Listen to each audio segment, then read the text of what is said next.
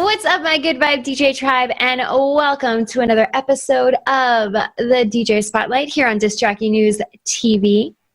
With well over 20 years in the industry, this next artist has got quite the DJ resume. Signed with Prison Entertainment, East Van Digital, DBR and Kontakt, to name a few.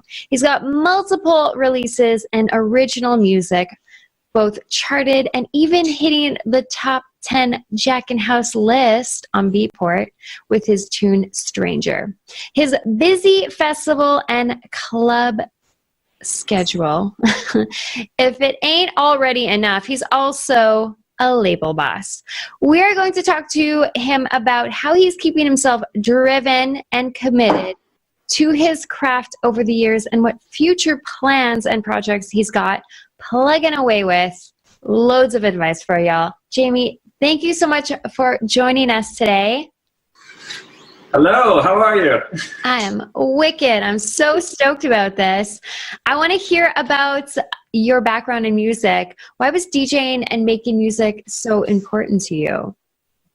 Yeah, right off the bat, like as a kid, I was heavily influenced by music through my grandpa, who I was named after.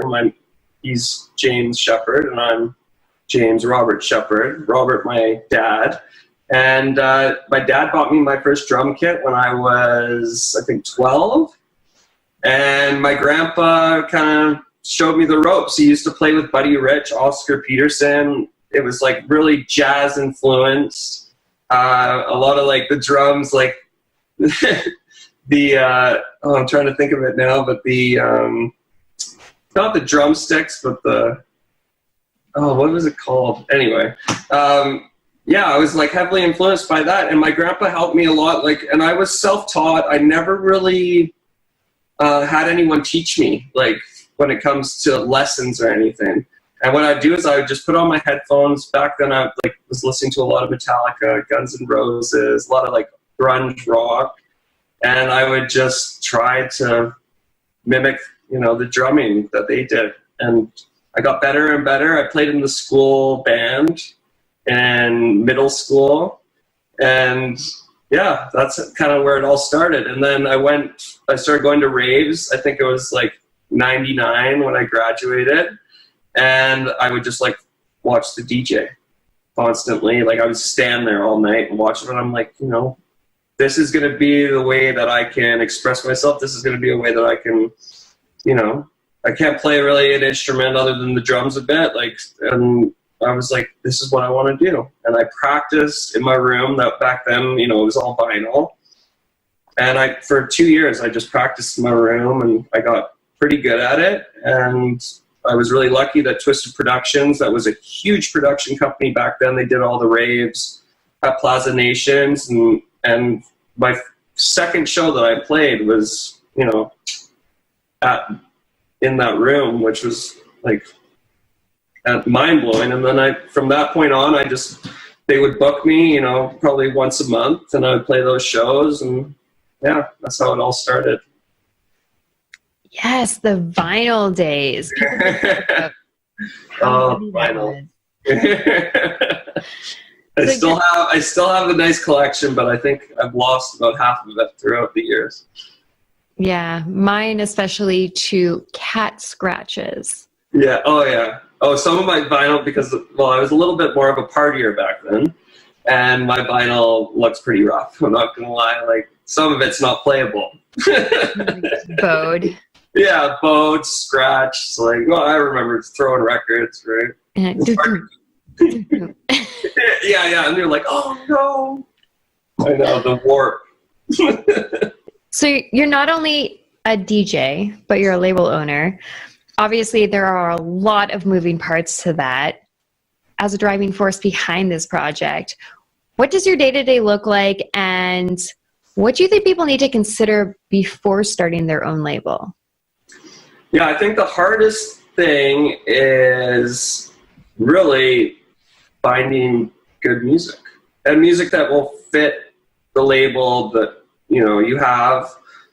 My day-to-day, like my goal is to release 2 releases a month, That way you can really promo the tracks. You can like give the attention to the artist that they deserve. I would like to pretend that I'm like super organized and that, you know, like I have these schedules down, but I the way that I am, it's the same way I DJ, it's the same way I make music. I go with the flow. I don't like put too much pressure on myself if things aren't working out. Like, oh, I have to do this right now. You know, half the time when I'm making a track, I'm watching TV on the side and then I pause it and then I have an idea and then I work. Because if I get too into my head, then I get frustrated and I don't like that. So like, yeah, the day-to-day, I try to do 2 releases a month. You know, we do the artwork. Most of the time, the artwork is like based on like my ideas. I'm like, that always seems to come really easily when it comes to the artwork and stuff. Yeah, and it's just like 2 releases a month and showcasing these artists that, you know, aren't necessarily these big guys that are, you know, established. I'd really like to focus on getting like new music out there that people wouldn't necessarily hear and promoting these guys that deserve to be heard. And it's been amazing because I'd say 80% of our releases have charted on beatport, which is like, that's crazy. And these are like new guys. And it's so rewarding because, you know, they message me and they're like, I can't believe this. Like, I'm on the charts. And I'm like, I know, like I told you. And it's, yeah, so it's so cool to see that happen. I heard about your label through Sibs. Oh, yeah. Yeah. And I really like what you're doing. Like, it sounds like you have a sound branding in mind, but you're also experimenting. Very open. Yeah, I'm totally open. A lot of people are like, okay, well, you know, a lot of labels, and it's good. Like a lot of labels, okay, we're house, we're tech house, we're this, and I always say, I'm like, if it's good, we'll release it. So, you know, sometimes it is like a little too much, and I always say, like, I've had music sent to me that I like really love, and that's a really hard thing, is telling people that you're not going to sign it. I don't know. I always have a hard time with that. Like, and I'm like, no, like, it's good. I want to make this clear. Like, this track is good, but it's just not either the right time or it's not the right fit. Because I remember sending out, you know, tracks to people and, you know, labels that you're crossing your fingers and then they write back. I mean, I've been put down more than I've been complimented. Like, it's a hard industry. It's like, you know, the music business it's art, and it's, you know, some people aren't going to like it, and you have to be ready for that. Like, you have to be kind of like okay from it and learn from it and be like, okay, like, get better from it, instead of being like, I'm a stubborn guy. Like, my first instinct is like, you know, get a little upset about it and then learn from it. Like, help it like make you better. So, and that's what's happened. And so now as a label boss, now I know what it was like for those guys to like do it, like deny me. I'm glad you bring that up, because I wanted to know about that process, because you listen to so much music, I'm sure. I'm interested in maybe what artists should consider before sending out their music. And the other part to that is social media presence important?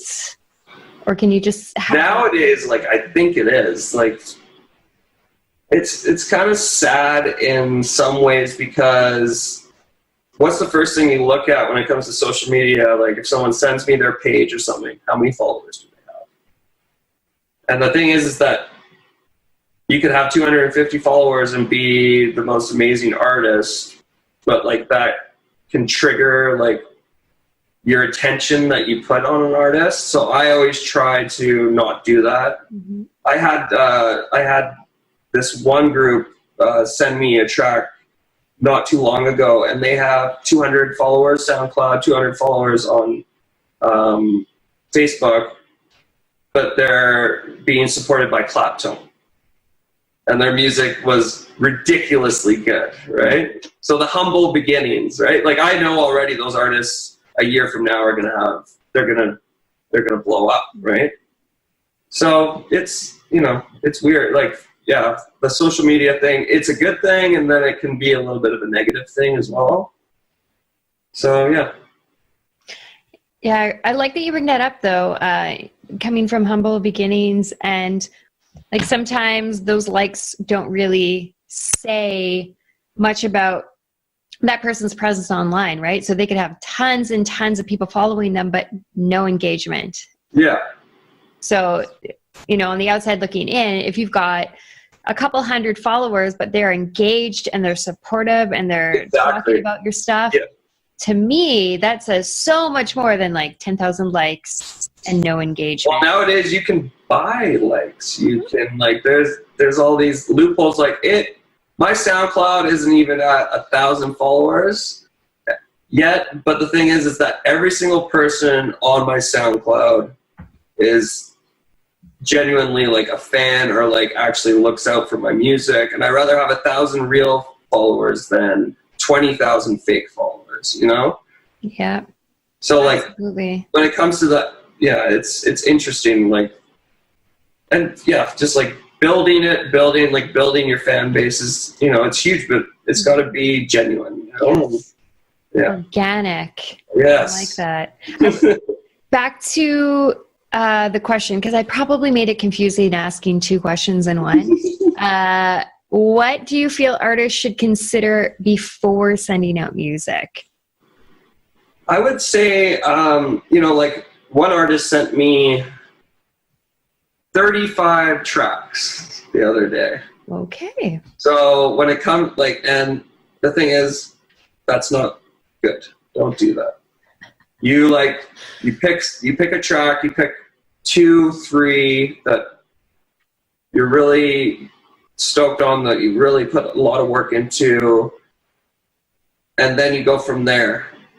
And also really like consider like the label, listen to what's going on, listen to the artists. Don't just be like, okay, I'm sending you this, you know. You can tell when like people actually genuinely like know what's going on with the label, know, you know, okay, I think this would be a good fit. Here's one track that I think would be great on the label.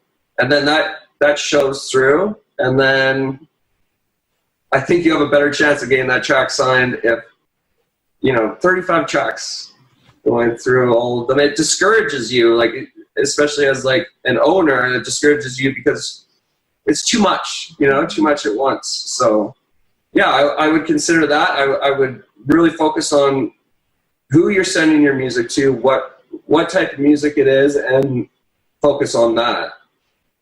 And I think you'll have a better chance of being successful if you do that. Yeah, that would be my advice for sure. I really appreciate hearing that, because I've definitely made that mistakes, not just with sending music out, but as a DJ. Hey, book me for this show. Wait a second. I don't really fit the flow of this. Yeah. Right? So we really got to think about who we're trying to work with and if we are a good fit. Yeah. What do you think is the key in giving really great feedback on music? Yeah, I think when it comes to giving feedback, you don't, like, we're artists and it's our art, and it can be really hard to hear, oh, I don't like it, or, you know, that like denial, like where they're like, you know, I'm not into it. And I think like when it comes to giving like good feedback, you can help them by saying, you know, well, this just wasn't like a right fit, but I really appreciate, like, I like the music. Like, I've had tracks where they've sent them to me and I haven't signed them, but I played them in the club like the next night. So, and like as artists, you know, you could be like, oh, like really hard on you. Oh, you didn't like it. But the thing is, it's like, no, like I did like it, but it's hard to like not take it so personally, you know? Mm-hmm. So yeah, when it comes to that, just make sure, you know, I always say, I like the track, but it wasn't a good fit for right now. but send me something else. Like send me, and the next track, I've done that before where someone sent me something and then the next one I signed. So don't get discouraged and just, you know, don't take everything too personally, and learn from every experience when it comes to that, and just be like, okay, you know, I don't know, like I've learned from that for sure, where I've just been discouraged and like down on myself because they didn't like it, and then the next one they sign. So just keep going, right? Exactly. Yeah. Two things you mentioned there, how like someone will send you a track and you're like, well, it's not the great fit for this right now, but then they send you something else. I remember talking to Viper Recordings boss label, Brendan, and he was in town and we were chatting about Dirty Phonics, and he's like, you know, they sent me tunes before that we didn't sign, and then they started signing some of their music. So don't give up, keep pushing forward. And yeah, learn from those experiences, the feedback that you've got coming in. I know there's definitely times where someone gave me feedback on a track and I'm like, what are they talking about? And then I kept working on music and learning something new. And then the feedback that they gave me finally made sense. So that's the thing, right? Yeah, like you can like take it personally, or you can take it as like good like criticism and learn from it. Mm-hmm. You know, like I don't know, I've been producing 6 years now, and I listened back to my first track and I'm just like cringing, right? And then like I listened to my latest one, and then, you know, you forget how far you've come and how hard you've worked, and it's like, it's a great thing to see like where you were there and where you are now. So it's like really rewarding in that way.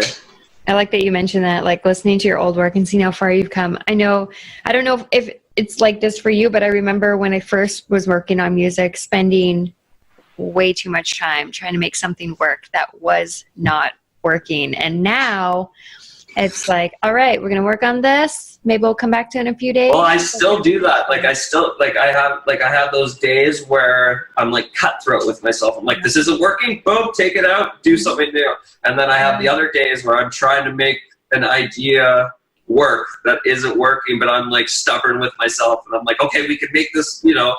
And the days that I'm like that, where I'm just like, nope, not working, take it out, try something new, that's when I actually move forward with my production. And let's be honest, like I'll sit down for 8 hours easily in a day working on a track that seems like probably an hour because I'm so like focused. And probably I would say 7 hours of it is screwing around, and then 1 hour is productive, and you like almost write the whole thing. So that's what I love about it. Like that's the best thing about making music and producing is like you like surprise yourself a lot of the time. You're like, wow, like, and then the next morning I'm like, God, I hope it sounds as good as it did last night with 6 beers in me, and then oh my God, this is good. And then you work off that, and then it gets better and better. So I like that you say that, because sometimes you're making a track and then you listen to it the next day and you're like, ew. Yeah. Well, that happens most. And then every once in a while, I'm like, yes. Okay. Yeah, I've been pretty lucky with the productions. Like, I think it's the only thing in my life that I've ever done where like it's like so like. If I put as much work into everything else I did in life as much as I did with music, I would be, you know, maybe a lot more successful in other aspects. But it's nice to have that passion. Like I'm actually like thankful that I have a passion like that and like love something so much. And, you know, the older you get, a lot of people are like, you know, well, how long are you going to be a DJ? How long are you going to produce? Oh, you're almost 40, or you're, you know, and I'm like, forever. I'll be 70 years old and I'll be mixing in the club. It's just who I am. So, and when you really like you see a lot of people come and go in the industry, and, you know, oh, I'm a DJ. which is fine. Like I'm never like negative about any of that. Like everyone's a DJ or whatever else. Like, but you can tell when it comes from the heart, when it's passion. You can hear it through their mixing. You can hear it through their production. And the people, like, no one was great right off the bat. You have to work for it, right? And push and push and push, and then, you know, you get better and better. So. Yeah, my first DJ sets. Ooh, baby. Good thing opening slot, and like 2 people were there, and one was his mom. Oh, I still like after 20 years of it, I still play opening sets with the dance floor empty, and then it's full within an hour, like building that dance floor. And I'm never like, oh no, I'm a headlining DJ. I said, hey, if you're gonna book me, yeah, I'll play the opening slot. Good. That's a hard slot to play. People don't realize. Do it right? Yeah. Yeah, you got to respect it. You got to respect the time slot and build. Yeah. Yeah, you get really good at it. I have friends that are some of the best opening DJs, and I'll go to the club at 9 o'clock, 10 o'clock just to watch. And it's amazing, like, to see that, like, that transition where if you do it right, like, it's not an easy thing. So, yeah, I love it. Starting the dance floor is not an easy thing. And if you can get your DJ friends out there, you're like, yeah. Get this. So I wanted to end off the show letting people know what you've got going on next, and or any last thoughts and ideas that you want to share with the rest of us. Yeah, we have a big show coming up for Halloween. Rickshaw Theater, Rise and Shine fundraiser. I played the festival in the summer. Josh puts it on with Danielle. All the proceeds go to the fundraiser. It's going to be a big show. Case of the Mondays, me, Nostalgics, Bot. I hope I'm not missing anyone.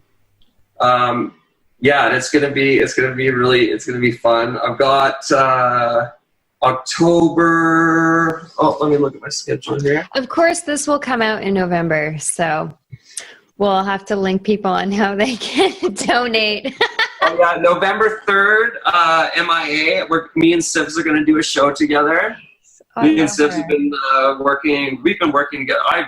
We've been working together for a long time. So we're doing a show together at MIA. We're not going to announce the DJs quite yet, but that's going to be a really exciting show. And then November 17th, I'm going to do a Shepard Records showcase. I just booked the gig last night. I got the venue. It's going to be on Main Street, but that's all I'm going to say for now. And yeah, lots of other stuff. I got a remix coming out next Friday. Epitomic, Real Talk EP. I'm really excited about this one. Like, it's going to be so good. Like, Epitomic, they're just killing it. The tracks are amazing. And then Average Gypsy Soundboy is going to come out 2 weeks after that. So, yeah, look out for all that stuff. And then there's so much more coming down the pipeline. Awesome. Oh, we're so excited for you. And we're going to have to leave a bunch of links below. We actually have an upcoming interview with Average Gypsy.